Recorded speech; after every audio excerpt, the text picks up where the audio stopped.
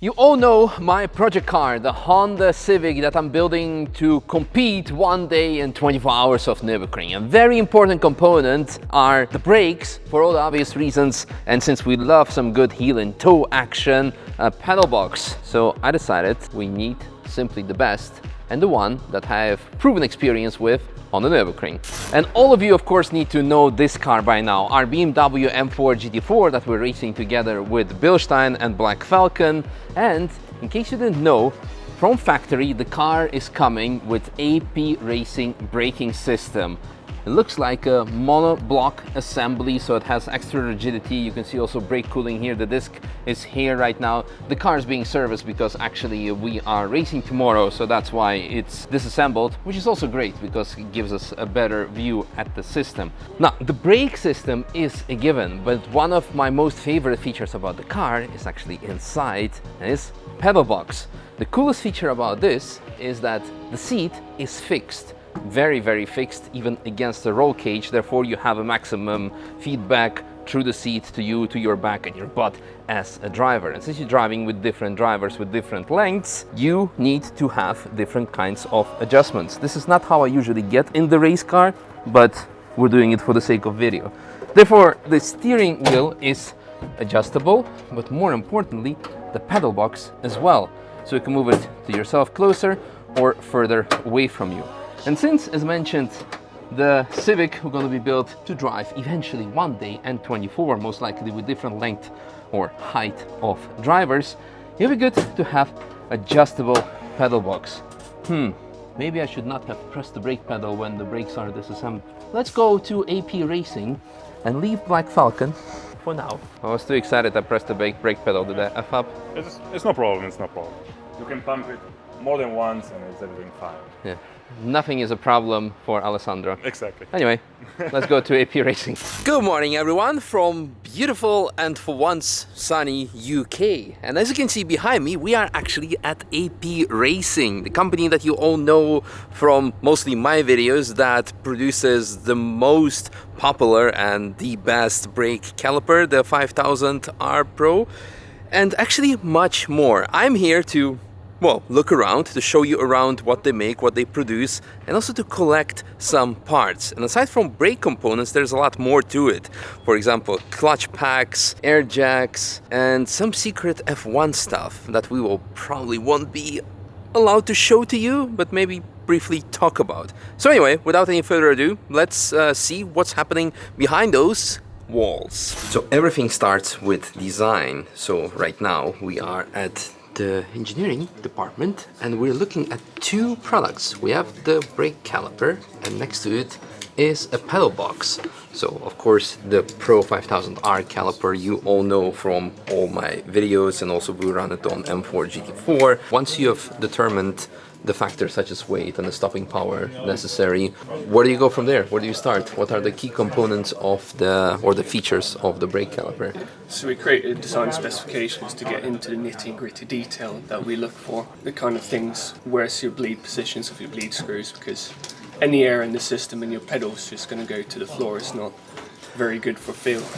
Nope, definitely not. No pedal to the floor, except for the throttle pedal. That's okay to go to the floor, but not the brake pedal. So we then look at what's the kind of cost range of the caliper, what does it need to be, how should we manufacture, what's the volumes involved, and something like this is a reasonably high volume caliper, so we make it in two halves and bolt it together. In this case, it's very good for those cost sensitive track day cars that we do provide these for. Alright, that was the design and engineering part, and now let's look at the actual assembly. Did you know that every caliper is being hand assembled and tested at AP Racing?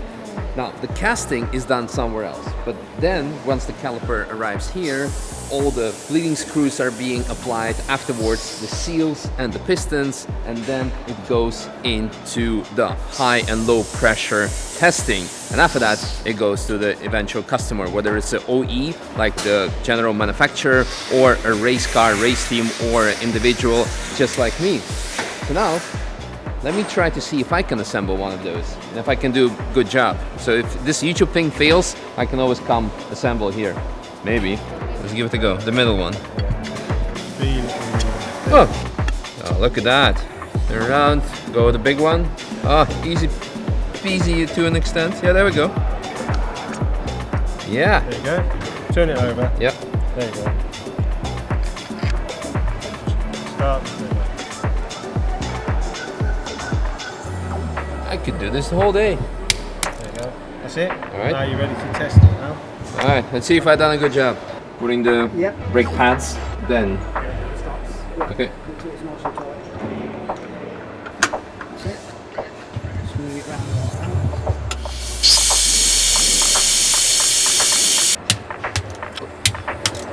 Door comes all the way down. Pass. Yes. All right. Push pistons back in. If someone has their delivery late, it's because of me. Blame it on me if you received your APs too late, because it took me way too long to assemble it. Oh man. No, we got it. And here. On the other side, Yeah. And that's it. That's it. Job done. Yay. Awesome. And then it goes with the rest. Nice. I've done something useful today for the racing community. Once I wrapped up assembling my first ever brake caliper, we turned our attention to the pedal boxes. It was fascinating to see how much work goes into putting them together. For the sake of everyone on the track, I didn't take the lead on that one. But as you'll see, they're being assembled by some seriously skilled hands. Although we cannot show the most recent design of products from F1, we can have a quick glimpse of how it used to look like 6 or 7 years ago. Look at that, even like pistons have cooling features on them. So we are now in a dyno area, actually NVH dyno area, to see how much or how little noise you make, right? Correct. Yeah. How less noise we can make. Yes. So this is mostly for OE then, I guess, applications. Because in racing you can be as noisy as you want. You can be as noisy even though you tend not to be, because sometimes it's not only noise, it's also about vibration, so you're trying to minimize those effects. Yeah. So this is one of the latest additions to our R&D center. So it's an NVH dyno which got an environmental chamber too, so we can go and cover pretty much all the conditions around the world, from minus 30 till up to 60 degrees inside here. Okay. And the humidity can get changed as well. Try to make more humid condition or nice. a little bit drier. You can see this microphone mounted. Yeah. On top of that, as per spec. So the standard test is the SAE J2521, which we do regularly to fingerprint every brake system that we work on. And obviously we do some customization based on what the customer is facing as an issue, either on track, post track, standard driving, normal driving condition, and then we can tweak the system in a way to be able to reproduce and deep dive into the specific problem and try to apply some countermeasure, which either try to shift the frequency of the components of the brake system, adding damping center location, or cutting the vibration in a way that doesn't get transmitted into noise. And that's our main tool effectively. How would you simulate like the different weight of the vehicle here? So that's exactly this bit you can see here is a vertical load. We call it vertical loading with the bearing pack as well. So that's pulling the suspension up to mimic the load of the car under working condition. So that's actually the corner load of the specific configuration we are testing. And there are different sensors we can mount. We got obviously a camera to check from upstairs, from the control room, in case something goes drastically wrong, or if we want to monitor the temperature behavior as well and see the disc glowing. What's happening here? What are you doing right now? We're reconditioning these, so they're having new drive plates and new diaphragm springs fitted. So we're just rebuilding these. So they use a very unique friction combination, so it's carbon, ceramic and sintered. I think the only other car prior to this that ever run that combination was the Porsche Carrera GT. Okay. Every carbon clutch that we build has its own unique serial number. So we've built 26,900 carbon clutches in total. Wow. Imagine one day F1 clutch in the Civic. one can dream, right? As you can see, we are already back at our Vulcan Alpha workshop. So I'd like to say massive thank you to AP Racing for the hospitality and showing to you all of their technology, and also to me much more technology that I unfortunately could not include in this video due to secrecy, NDAs, confidentiality, F1 awesomeness, and you name it.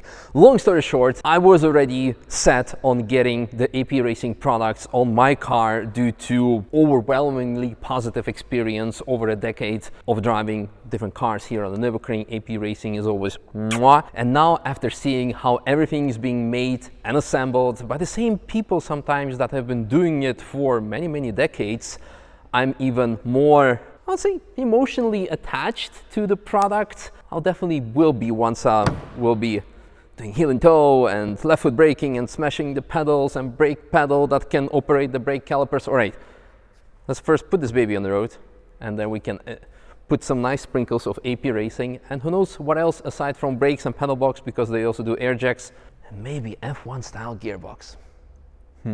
But for that, stay tuned, subscribe, like and share, and you know, who knows where we're gonna end up here. And if not with this Civic, then with some other Civic or some other car.